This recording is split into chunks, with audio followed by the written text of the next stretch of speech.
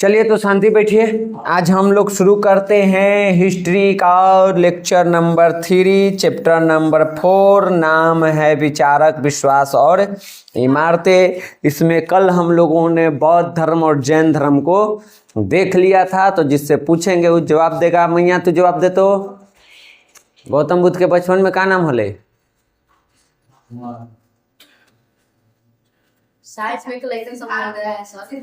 सिद्धार्थ है। पहले लड़की बताओ। बस खत्म।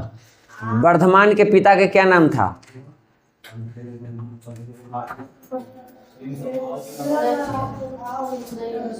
किसका बचपन के नाम वर्धमान था? कल नहीं थी? तू ना तो अलग से दवाई मिलेगा। किसका बचपन के नाम वर्धमान था?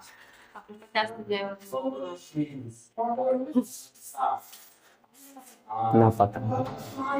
महावीर के मम्मी के नाम बताओ। त्रिशाल ना त्रिशला। बेटी के नाम बताओ। प्रियदर्शी तो अशोक के कहल जाही। अशोक लड़की है। प्रियदर्शना नाम होले। ओके। गौतम बुद्ध के बेटा के नाम बताओ।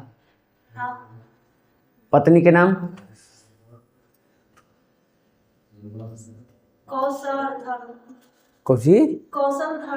कौशलधर। ये कहाँ हम कखनी पढ़ेली है? चलिए आप बताइए। यशोधाधर है। यशोधरा हुआ। यशोधाधर कहाँ हुआ है? नाम के तो एकदम रीढ़ तुरले है। वही लकड़ी तो उन्हें कुछ देख रही हुआ। पता गौतम बुद्ध के जन्म कब होले है? कौची 563? हाँ, कहाँ होले है? कुंडग्राम में। कुंडग्राम में इनका जन्म होले हल है। तो लुम्बिनी वन में का होले है? कुंडग्राम। तो महावीर के कहाँ होले है?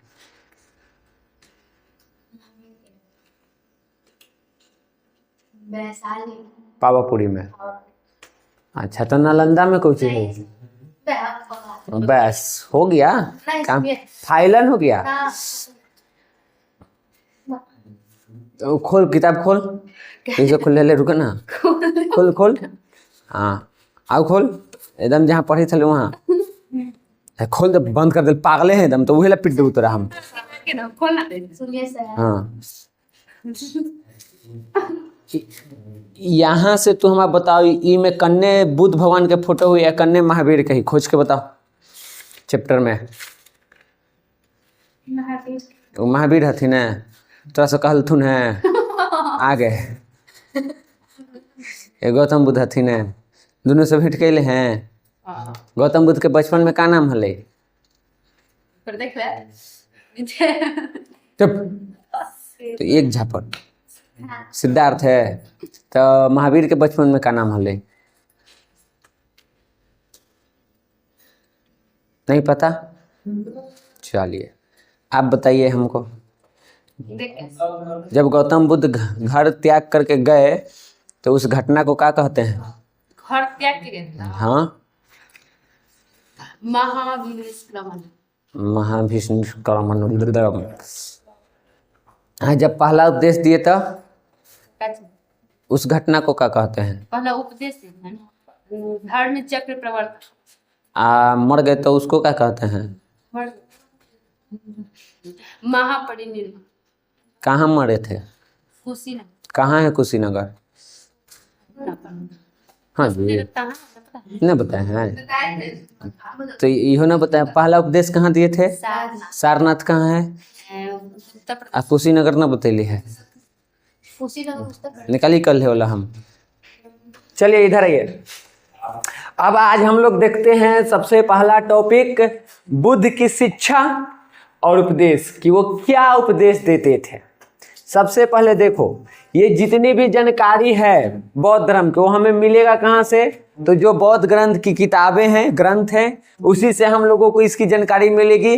और जितने भी किताब हैं वो सब के सब किस भाषा में है? पाली भाषा में। बाद में कुछ किताबें संस्कृत में भी लिखाई हैं, लेकिन शुरुआत के जितनी भी किताबें हैं वो पाली भाषा में है। और जैन धर्म की किताब किस भाषा में है? प्राकृत भाषा में। ठीक, बौद्ध धर्म की किताब पाली भाषा में मिलेगा और जैन धर्म की किताब प्राकृत भाषा में मिलेगा मुख्य रूप से। इसके अलावा संस्कृत वगैरह में भी है, लेकिन मुख्य रूप से इसी भाषा में मिलेगा। ठीक, अब देखो एक किताब है जिसका नाम है सूत पिटक। आगे हम लोग त्रिपिटक पढ़ने वाले हैं, ठीक ना। त्रिपिटक में 3 किताब आता है। सूत पिटक नामक ग्रंथ से ये जानकारी मिलती है कि बुद्ध क्या शिक्षा देते थे। तो सवाल आ जाएगा कि बुद्ध की शिक्षाओं की जानकारी किस ग्रंथ से मिलती है? तो सूत पिटक से मिलती है। बौद्ध ग्रंथ किस भाषा में थे? सब पाली भाषा में था। बाद में एकाध है अपवाद में संस्कृत, लेकिन मुख्य रूप से पाली भाषा है। कल हम आप लोगों को बताए थे कि बुद्ध के 4 आर्य सत्य हैं। ठीक, पागल कहीं के, बुद्ध जोड़े थे मैं, महावीर जोड़े। वो आर्य सत्य था कि उनका 4 सिद्धांत था। सत्य, अहिंसा, अस्तेय, अपरिग्रह। उसमें महावीर जोड़े ब्रह्मचर्य, वो अलग है। हम बोल रहे हैं गौतम बुद्ध के 4 आर्य सत्य हैं। पहला चीज दुख के कारण दुख नहीं, दूसरा दुख के कारण, तीसरा दुख निर्वाण, और चौथा में दुख निर्वाण के उपाय। बुद्ध कहते हैं कि इस सृष्टि में सबको कुछ न कुछ दुख है। दुखों की दुनिया है ये। ठीक, ये कहो कि दुख लोक है। यहाँ पे आए हैं तो दुख होगा ही होगा। और दुख है तो दुख के कारण भी होगा। बिना कारण के दुख हो नहीं सकता है। और इसमें गौतम बुद्ध बताएं कि दुख का बस एक ही कारण है, वो है इच्छा। कोई भी दुख आपको हो रहा है तो उसका अगर जड़ में जाइएगा तो होगा इच्छा। जब हमारी इच्छा की पूर्ति नहीं होती है तब हमें दुख होता है। और जब इच्छा की पूर्ति हो जाती है तो हमारी इच्छा उससे भी बड़ी हो जाती है कि और चाहिए, और यही बनता है दुख के कारण। फिर बुद्ध बताए कि जब ये दुख के कारण है तो इसका हम निवारण भी कर सकते हैं। ठीक, दुखों पर विजय प्राप्त हम कर सकते हैं और सच्चे सुख को हम भोग सकते हैं। तो अगला आदमी सवाल करेगा कि कैसे निवारण करेंगे बाबा बताइए। तो गौतम बुद्ध कहे कि दुख निवारण के 8 रास्ता है। तो आर्य सत्य कितने हैं? 4। दुख, दुख के कारण, दुख निवारण उपाय। अब दुख निवारण उपाय में 8 उपाय बताया गया है। अब देखिए 8 कौन कौन है। पहला है जैसे तुमको सम्यक दृष्टि। 8 एकदम याद कर जाना, ठीक ना, चाहे रट्टा कहना मारे पड़ जाए। हाँ जी, ये वाला। ठीक, सम्यक दृष्टि का मतलब है कि जीवन में हमेशा अच्छा चीज देखो, बढ़िया चीज देखो, बुरा चीज मत देखो। एक चीज हो गया। जब अच्छा चीज देखेगा तो सोचेगा भी अच्छा चीज, तो अच्छा चीज सोचेगा तो तू बढ़िया बढ़िया चीज सोचेगा, दुख होबे नहीं करेगा। ठीक, दूसरा सम्यक संकल्प, सही संकल्प लो। यानी यहाँ पे मन से, वचन से, कर्म से अपने आप को शुद्ध रखो, परोपकारी रखो, दूसरे के सहायता के काम करो और अपने अंतरात्मा से शुद्ध रहो। तुम्हारी इच्छा तुम्हारे कंट्रोल में रहेगी और तुम्हारा जो दुख है वो कंट्रोल में रहेगा, तुमको दुख नहीं होगा। उसके बाद है सम्यक वाणी। हमेशा सही बोलिए, सत्य बोलिए, झूठ मत बोलिए, कोई ऐसी भाषा मत बोलिए जिससे कि सामने वाले को दुख हो। तो शांत स्वभाव में रह करके सत्य के साथ चलिए, आप दुख से निवारण पा सकते हैं। ठीक, चुगली वगैरह जो करते हैं, आप शब्द जो बोलते हैं, उन सब चीज़ों से बचिए। ठीक, सम्यक कर्म, सही आचरण अपनाइए, अपना कैरेक्टर जो है वो सही बनाइए। अहिंसा के राह पे चलिए, चोरी मत करिए, गलत यौनाचार मत करिए, बाकी के जो नैतिक कार्य हैं, जो गलत काम है, उन सभी चीज़ों से आप दूर रहिए। उसके बाद 5वां का कहते हैं सम्यक आजीविका। आपको जीवन चलाने के लिए काम तो करना पड़ेगा, तो ऐसा काम करिए जिससे कि आपको भी फायदा हो और सामने वाले को भी फायदा हो। ऐसा काम नहीं कीजिए जिससे आपको फायदा हो और दूसरे को नुकसान पहुंचे। ठीक, किसी को लूट खसोट के अपना जीवन यापन मत करिए। सम्यक आजीविका यही है, ठीक। फिर है सम्यक व्यायाम, यानी जो भी बुरी आदतें हैं आपके अंदर उसको प्रयास कर करके, प्रैक्टिस कर करके उसको त्याग दीजिए और सही रास्ते पर चलिए।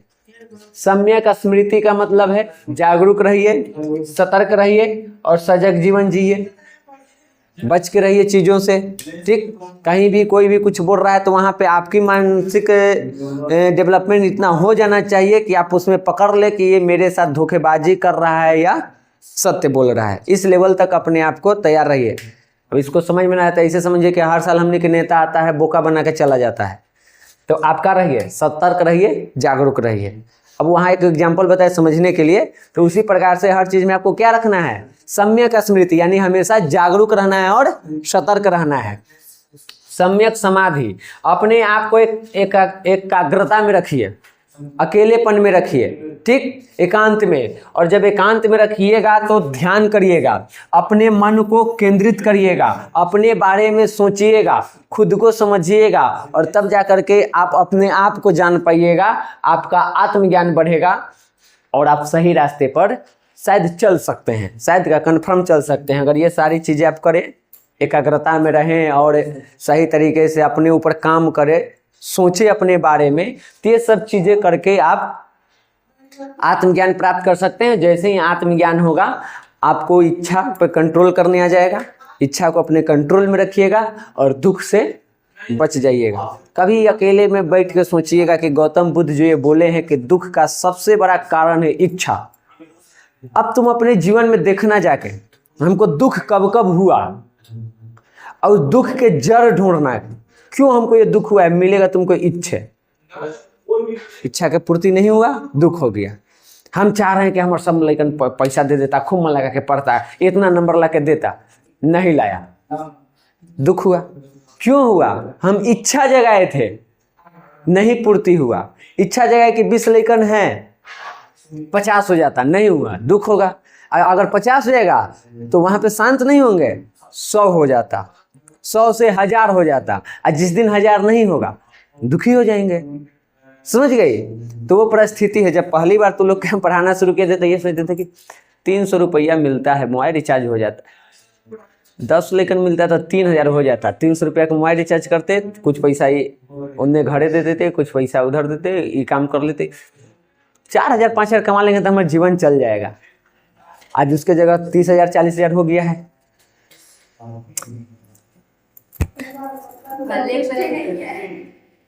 आओ आओ आओ, अन्ना जब पूर्ति होगा तब दुख होगा। तो दुख का सबसे बड़ा कारण इच्छा है, तो उससे बच के रहिए। उसके बाद गौतम बुद्ध अपने अंतिम समय में अपने शिष्यों का एक अंतिम संदेश देते हैं, और ये भी हमको तो लगता है कि इन सबसे खतरनाक उनका यही अंतिम संदेश है। वो कहते हैं अपने जीवन का द्वीप आप खुद बनिए, क्योंकि तुम्हें खुद ही अपने मुक्ति का रास्ता ढूंढना है। और ये बात आप लोग भी अपने जीवन में लागू करिए, अपने दिमाग में बैठा लीजिए। किसी के ऊपर निर्भर नहीं रहना है। लोगों की जरूरत है तुम्हें एक साधन के रूप में। जैसे मान लो हम यहाँ तुमको पढ़ा रहे हैं, तो हम एक साधन हैं। कुछ दिनों का हमारा और तुम्हारा सफर है, उसके बाद आप कहीं और हम कहीं और। अब आप अगर मेरे ऊपर ही पूर्णतः डिपेंड हो जाते हैं तो आप अपना मुक्ति के रास्ता नहीं ढूंढ पाइएगा, खुद को नहीं ढूंढ पाइएगा। तो वो कहते हैं कि अपने जीवन का द्वीप आप खुद बनिए और खुद ही खुद को ढूंढिए, क्योंकि मुक्ति आपको पाना है तो चलना भी आपको होगा। बुद्ध खुद चले तब जाकर के वो बुद्ध हुए। सिद्धार्थ से बुद्ध बनने के लिए उनको खुद चलना पड़ा, भटकना पड़ा, तपस्या करना पड़ा। और उसके बाद तो उनके कई सारे शिष्य हुए। क्या वो बुद्ध बन पाए? आज तो कई सारे बौद्ध धर्म के मानने वाले लोग हैं, क्या वो बुद्ध बन पाएंगे? क्योंकि वो अपना द्वीप खुद नहीं बन रहे हैं, वो बुद्ध के जो जलाया हुआ द्वीप है उस पर चल रहे हैं। तो उस पर वो मुक्ति पा सकते हैं, लेकिन बुद्ध नहीं बन सकते हैं। बुद्ध बनना है तो बुद्ध के जैसा आपको कष्ट सहना पड़ेगा, भटकना पड़ेगा, तप करना पड़ेगा। समझ गए? तो वो उनका अंतिम संदेश था, और ये आप लोग भी अपने दिमाग में फिट कर लीजिए। उसके बाद देखिए दो को सवाल आता है सब्जेक्टिव में, थेरी और थेरी गाथा। पूछ देगा कि थेरी क्या है या थेरी गाथा क्या है, तो बता दीजिएगा। यहाँ पे देखो थेरी है का, बौद्ध धर्म में जो वरिष्ठ अनुभवी और आध्यात्मिक रूप में परिपक्व महिला भिक्षुणी थी, जो बुद्ध के संघ के सदस्य थी, उन्हें ही थेरी कहा जाता था। समझी? थेरी समझ में आया? कल बताए थे कि बुद्ध पहले अपने संघ में सिर्फ पुरुषों को रखते थे, लेकिन बाद में आनंद के कहने पर महिलाओं को भी रख लिए। सबसे पहले गौतमी महाप्रजापति उसका संघ में शामिल हुई, और जब संघ में महिलाएं शामिल होने लगी तो कई सारी ऐसी महिलाएं हुई जो ज्ञान को अर्जित की और बहुत ऊंचे लेवल पर की। ठीक, तो जो अनुभवी हो गई और वरिष्ठ भी थी, यानी कि उम्रदार भी थी, और आध्यात्मिक रूप से जो परिपक्व हो गई थी, उसी को क्या कहा जाता था? थेरी कहा जाता था। ठीक, और थेरी की कहानी कहाँ मिलता है? थेरी गाथा में। सूत पिटक जो किताब है उसमें एक भाग है जिसका नाम क्या है? थेरी गाथा। उसी में इसकी जानकारी मिलती है। ठीक, जो भी भिक्षुणियां हुई बौद्ध धर्म में, जो अध्यात्म में एकदम ऊंचे लेवल पर गई, अनुभवी बनी, उसकी आत्मकथा और कविताओं का वर्णन है। उसने अपनी कहानी लिखी, साथ ही साथ क्या किया? कई सारे कविताएं लिखी। तो उन सबको एक जगह रखा गया और उसका नाम का दिया गया थेरी गाथा। अब देखो इसी में तुमको सवाल के जवाब मिल जाएगा। जो बौद्ध धर्म में महिलाएं थी वरिष्ठ, अनुभवी, आध्यात्मिक, उन्हीं को थेरी कहा जाता था। और जहां थेरी की कहानी मिले, कथा मिले, उसको क्या कहा जाएगा? थेरी गाथा कहा जाएगा। तो थेरी गाथा में थेरी भिक्षुणियों की, बौद्ध भिक्षुणियों की कहानी है। अगर पूछ देवे तुमको कि थेरी गाथा क्या है, तो बता देना कि बौद्ध धर्म के सूत पिटक ग्रंथ में थेरी गाथा एक भाग है जिसमें जो प्राचीन बौद्ध भिक्षुणियां होती थी उसकी आत्मकथा और कविताओं का वर्णन किया गया है। इसमें वो भिक्षुणियां या वो थेरी अपनी यात्राओं को, दुखों को, संघर्षों को और कैसे मोक्ष की प्राप्ति करती हैं, इन सब का वर्णन किया गया है। ठीक, समझ में आ गया ये? हाँ, जैसे मान लो हम बुद्ध हैं और तू सब भिक्षुणी है। इस भिक्षुणियों में से कुछ भिक्षुणी ऐसी हुई जो मेरे लेवल तक लगभग अध्यात्म में जुड़ी हुई है, उसको अनुभव है, ज्ञान है।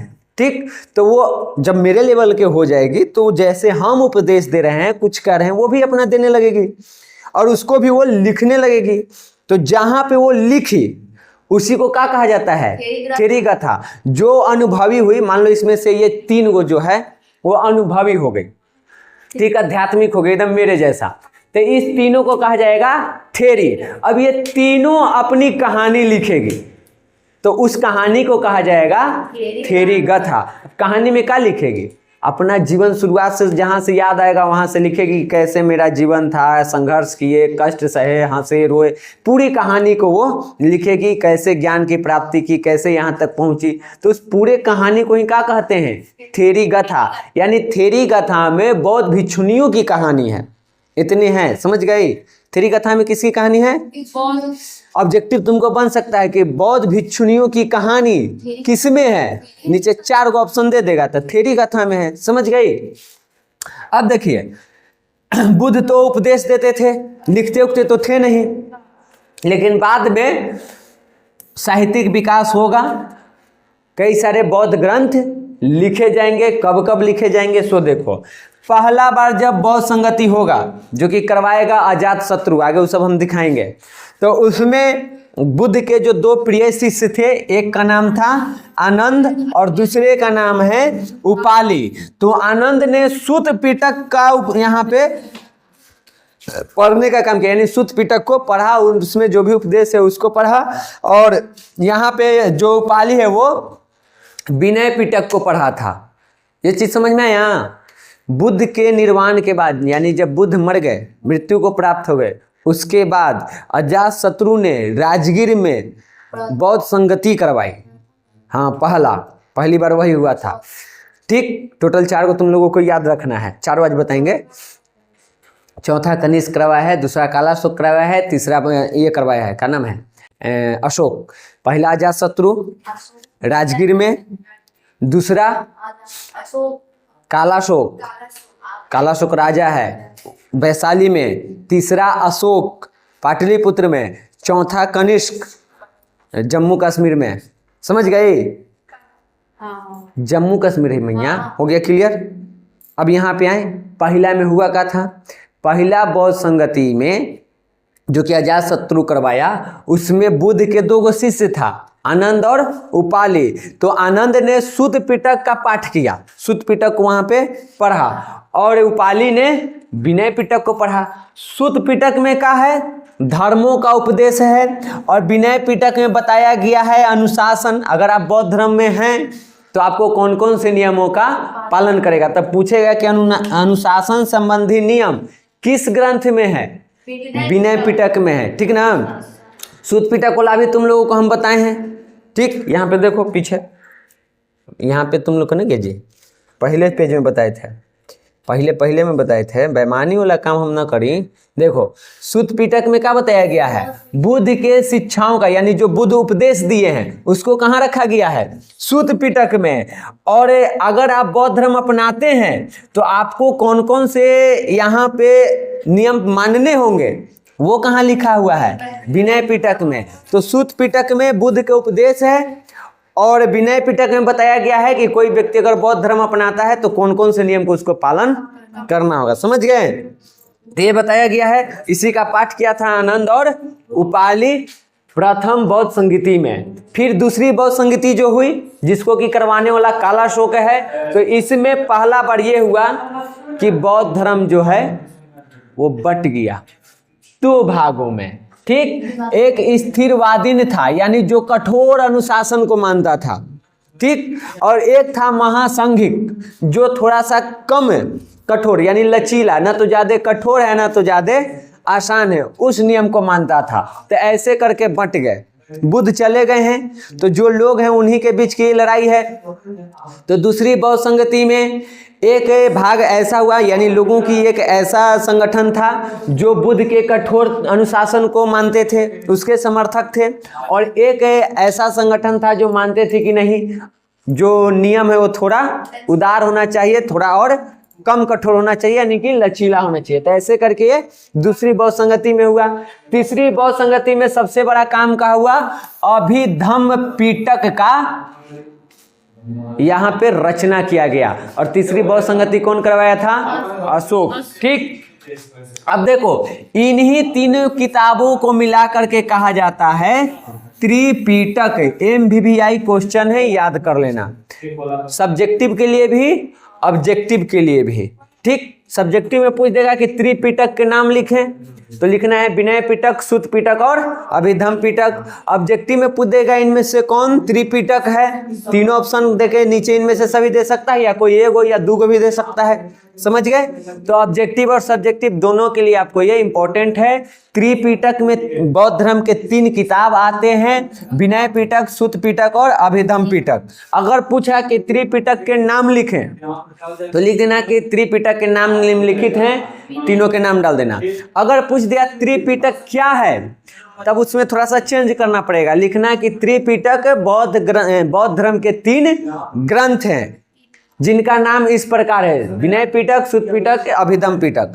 कोई चाहे तो इसको ऐसे भी लिख सकता है कि विनय पिटक, सूत पिटक, या इसे कर दो बौद्ध धर्म के 3 ग्रंथ विनय पिटक, सूत पिटक और अभिधम्म पिटक को सम्मिलित रूप से त्रिपिटक कहते हैं। बनाना अपने ऊपर है। समझ गई? 2 तरीके से 3 तरीका बताए ना। नाम पूछा तो खाली क्या लिखेंगे, विनय पिटक, सूत पिटक, अभिधम्म पिटक। अगर पूछ दिया त्रिपिटक क्या है तो उसका 2 तरीका बता रहे हैं। एक लिखो कि बौद्ध धर्म में 3 ग्रंथ हैं जिसका नाम है विनय पिटक, सूत पिटक और अभिधम्म पिटक, इसी के सम्मिलित रूप को त्रिपिटक कहते हैं, पहला चीज। दूसरा लिखना है कि बौद्ध धर्म के विनय पिटक, सूत पिटक, अभिधम्म पिटक के जो ग्रंथ हैं उसी को एक साथ, अब अपना शब्द बनाते रहना है उसमें घुमा घुमा के, ठीक। हमर लिखल खाली रट्टा नहीं मारना है, अपना शब्द बना सकती है, बस अर्थ नहीं बदलना चाहिए। तो वो तुम्हारा किताब है। और तीनों किताब किस भाषा में है? पाली भाषा में। ये भी हम तो शुरू में बता दें कि जितने भी ग्रंथ है एक आध दो के छोड़ के सब किस भाषा में है?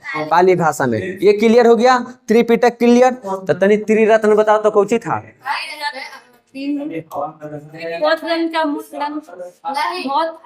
बौद्ध धर्म में तीन रत्न है। हाँ, सम्यक, सम्यक ज्ञान, हाँ,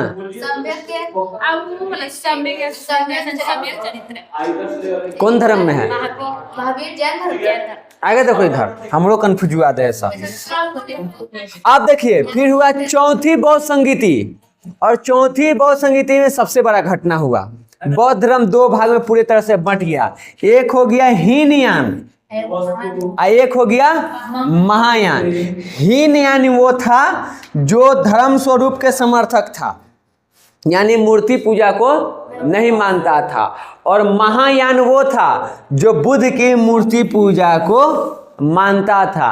और ये अगर बुद्ध की बात करें तो बुद्ध पूरे जीवन यही उपदेश दिए कि मूर्ति पूजा नहीं करनी चाहिए।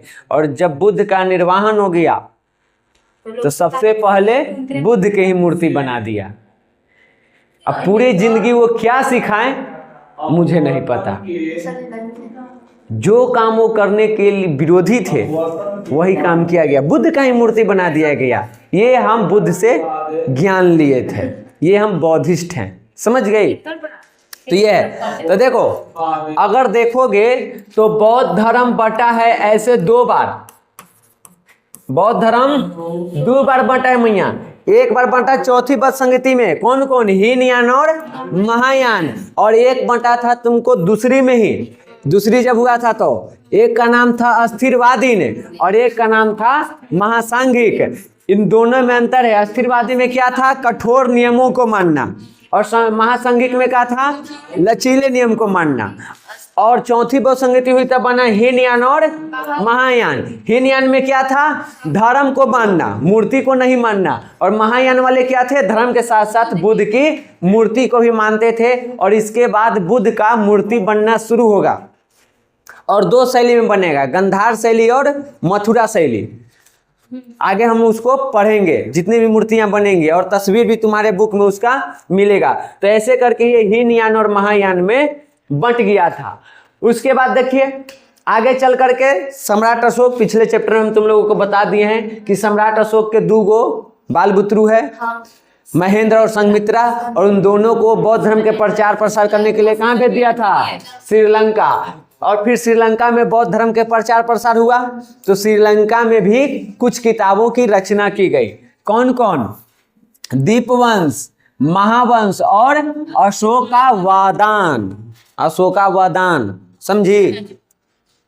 गलती पढ़ दिले बेटा, हम तो सुनमुख है, समझ गई? सम्राट अशोक हुए, कलिंग युद्ध किया था, हृदय परिवर्तन हुआ, बौद्ध धर्म को अपनाया, धम्म की नीति पे चला, और अपने बेटी और बेटा, बेटी में संघमित्रा और बेटा का नाम महेंद्र, दोनों को भेज दिया कहाँ? काहेला? बौद्ध धर्म के प्रचार प्रसार ला।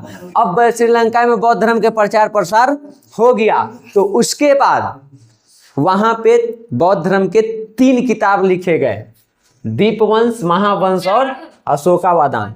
4 गो कहाँ है? यहाँ 3 गो लिखा गया। तो पिछले चैप्टर में से 4 गो किताब याद कर रही है, बैताल कहीं के। हम वहाँ थोड़े बता रहे हैं, हम यहाँ ना बता रहे हैं। श्रीलंका में जो लिखा गया उसको हम बता रहे हैं, जो अशोक लगे लिखाया गया उसको हम नहीं बता रहे। देख तू कहाँ शांति बैठ, जान गलन क्या मारबे कर। हाँ तोरा लतियावे लगी सुप्रीम कोर्ट से ऑर्डर आयल हो, मार के लतिया देहो। यहाँ थोड़े मिलेगा पागल, वो वाला में जाओ। महाजनपद पढ़ रही थी, जोन वाला में जाओ, वहां है 4 किताब। चलिए यहाँ देखो। उसके बाद देखिए जो कनिष्क था राजा कुषाण वंश के, उसका एक दरबारी कवि था, उसका नाम था अश्वघोष। और कनिष्क भी किस धर्म को मानता था? बौद्ध धर्म को। इसने चौथी बौद्ध संगति करवाई थी। तो इसके दरबारी कवि अश्वघोष ने संस्कृत में किताब लिखी थी। उस किताब का नाम क्या है? बुद्ध चरित। तब पूछेगा बुद्ध चरित्र के लेखक कौन है? अश्वघोष। अश्वघोष कौन था? कनिष्क के दरबारी कवि था। बुद्ध चरित्र किस भाषा में लिखा गया है? तो संस्कृत भाषा में है। ठीक।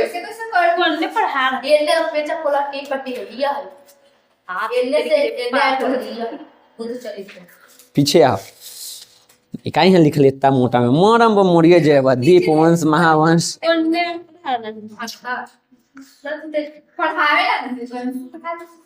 आगे देखो, बौद्ध धर्म से ही प्रभावित होकर के फहियान और ह्वेनसांग जैसे चीनी यात्री भारत भी आए थे। अब देखो यहाँ सब बता दिया गया। अभी बताए थे प्रथम बौद्ध संगति, ये तुम्हारे बुक में नहीं है, हम अलग से तुनी के लिख दिए हैं, नोट कर लेना। एक जगह इसे टेबल बना लेना और करके लिख देना। ठीक। प्रथम बौद्ध संगति राजा अजातशत्रु कहाँ करवाया? राजगीर में। कब कराया? 483 ईसा पूर्व में। दूसरा बौद्ध संगति कालाशोक करवाया। कहाँ करवाया? वैशाली में। कब करवाया? 383 ईसा पूर्व में। तृतीय बौद्ध संगति कौन करवाया? सम्राट अशोक। कहाँ करवाया? पाटलिपुत्र में। अब इसको लेकर के डेट में तनिक प्रॉब्लम आ जाता है। कुछ 250 ईसा पूर्व मानता है और कोई 255 ईसा पूर्व। आपको दोनों रखना है और ऑब्जेक्टिव देख करके आपको टिक आउट करना है। इसे बुक में नहीं तो आना तो नहीं चाहिए, लेकिन दे देवे तो, या आगे कंपटीशन में जाइएगा तो वहाँ काम करेगा। ठीक। उसी प्रकार चतुर्थ बौद्ध संगति कौन करवाया है? कुषाण वंश के राजा कनिष्क। और ये कहाँ पे करवाया था? तो कुंडलवन कश्मीर में, जम्मू कश्मीर में, खाली याद रखना है। और इसका भी डेट में कंफ्यूजन है, 72 और 100 ईस्वी। एक कैलेंडर जो है ना, शक संवत ऐसे करके, और एक और कौन होता है, नाम नहीं याद आ रहा है, विक्रम संवत ऐसे, कैलेंडर के वजह से साल आगे पीछे हो जाता है। यहाँ ना दिख रहा है, या तो 72 ईस्वी या तो 100 ईस्वी। कुछ कहता है कि जो चौथा बौद्ध संगति हुआ वो कब हुआ है? 72 ईस्वी में हुआ है। कुछ लोग मानते हैं कि नहीं, वो 100 ईस्वी में हुआ है। कुछ लोग मानते हैं कि तृतीय जो बौद्ध संगति है वो 250 ईसा पूर्व में हुआ है। कुछ लोग मानते हैं कि वो 255 ईसा पूर्व में हुआ है। तो कैलेंडर के वजह से अभी आप लोगों को क्या कर लेना है? दोनों डेट पता रखना है। ठीक। क्योंकि अपवाद है, टकराव है विचार के, तो दोनों पता रखिए, ऑब्जेक्टिव के अनुसार चलिए। और दोनों आ जाए तो देखिए कि हमारा बिहार बोर्ड किसको मानता है, उसको टिक करेंगे, और नहीं तो उसको छोड़ के आगे बढ़ जाइए।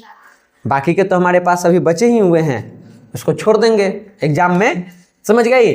बौद्ध धर्म के अगर योगदान के बात करो तो इसने भारतीय समाज, धर्म, दर्शन, साहित्य, कला सब पे अपना प्रभाव डाला है, और ऐसा प्रभाव जो कभी खत्म नहीं होगा। हर जगह इसका प्रभाव देखने को मिल जाएगा। उसके बाद है बौद्ध धर्म में होता है मंदिर के जगह स्तूप।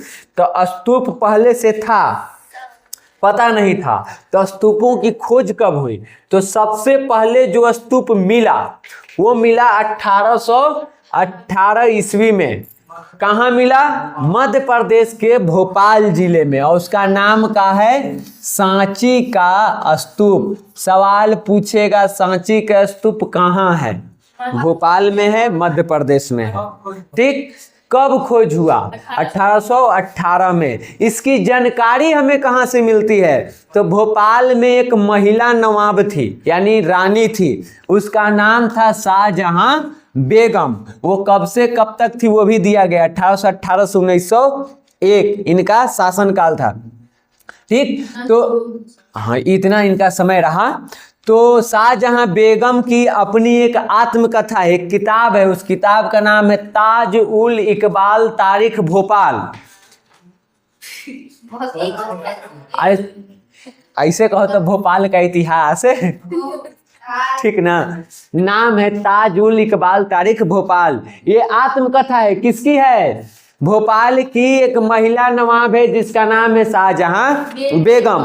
उसी से जानकारी मिलती है कि 1818 ईस्वी में मध्य प्रदेश के भोपाल में सांची के स्तूप को खोजा गया था। समझ गए? उसके बाद आप लोग अलेक्जेंडर कनिंघम के बारे में पढ़े हैं, तो तू देख ले लेना सांची के स्तूप। हम चित्र बनावे लगे में लिखते समय ना हम चित्र बनावे ला भुला जाते हैं। आई हम लिखे कखनी, जखनी सब ढकेले में लगल था ना, हाँ तो हम आराम से एक जगह कुर्सी पर बैठ गए ना भक्तू भाई? मैं लिख ले अब बस सुने हमरा बड़ी साल दुनों के लिख दे लिखल 8 बजे लिखते 8 बजे 8 लिखी तो ली बैठ के 8 बजते बजते सब लिख के बैठ गए और रह गया 10th वाला ऑब्जेक्टिव 60-70 के आसपास है 66 को लगता है कहीं के है उसके तक वो घरे आके लिखे थे समझ ले।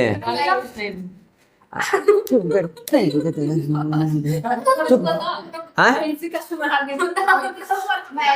1854 में अलेक्जेंडर कनिंघम ने सांची स्तूप पर एक किताब लिखा। किताब का नाम है भिल्सा तोप। ठीक। फिर 1914 में सर जॉन मार्शल ने भी अपने एक सहयोगी व्यक्ति जिसका नाम था फूसे उसके साथ मिलकर के इसके ऊपर एक किताब लिखा जिसका नाम है मॉन्यूमेंट्स ऑफ सांची। समझ गए?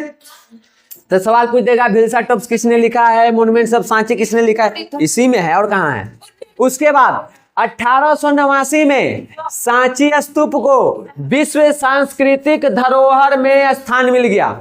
दुनिया के जितने भी सांस्कृतिक धरोहर हैं विश्व स्तर पर उसमें सांची का स्तूप भी शामिल है। कब हुआ है एकदम डेट MBBI याद रखना 1989 में। पूछ देगा तो हमारा न कहिए कि न बतैल हम MBBI कह दिए।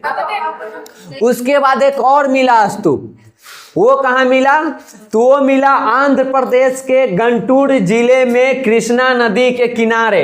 उसका नाम है अमरावती का स्तूप। अब मिला कब है? 1796 में। तो सांची का स्तूप मिलने के बाद दूसरा महत्वपूर्ण स्तूप हो जाता है अमरावती का स्तूप जो कि आंध्र प्रदेश के गंटूर जिले के कृष्णा नदी के किनारे स्थित है। ये मिला था 1796 में, यानी सबसे पहले यही मिला था।